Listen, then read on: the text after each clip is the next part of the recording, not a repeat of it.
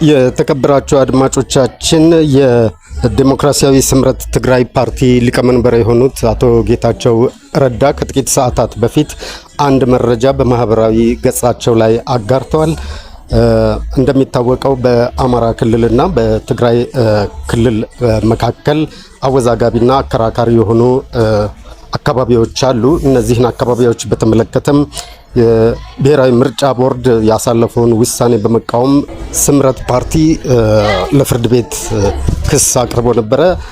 ይህንን ክስ ፍርድ ቤቱም ተመልክቶ ብሔራዊ ምርጫ ቦርድ በአከራካሪዎቹ አካባቢዎች ላይ አሳልፎት የነበረውን ውሳኔ ለጊዜው ማገዱን አቶ ጌታቸው ረዳ ደብዳቤውን የፍርድ ቤቱን ደብዳቤ ጭምር በማህበራዊ ገጻቸው ላይ በመለጠፍ አጋርተዋል።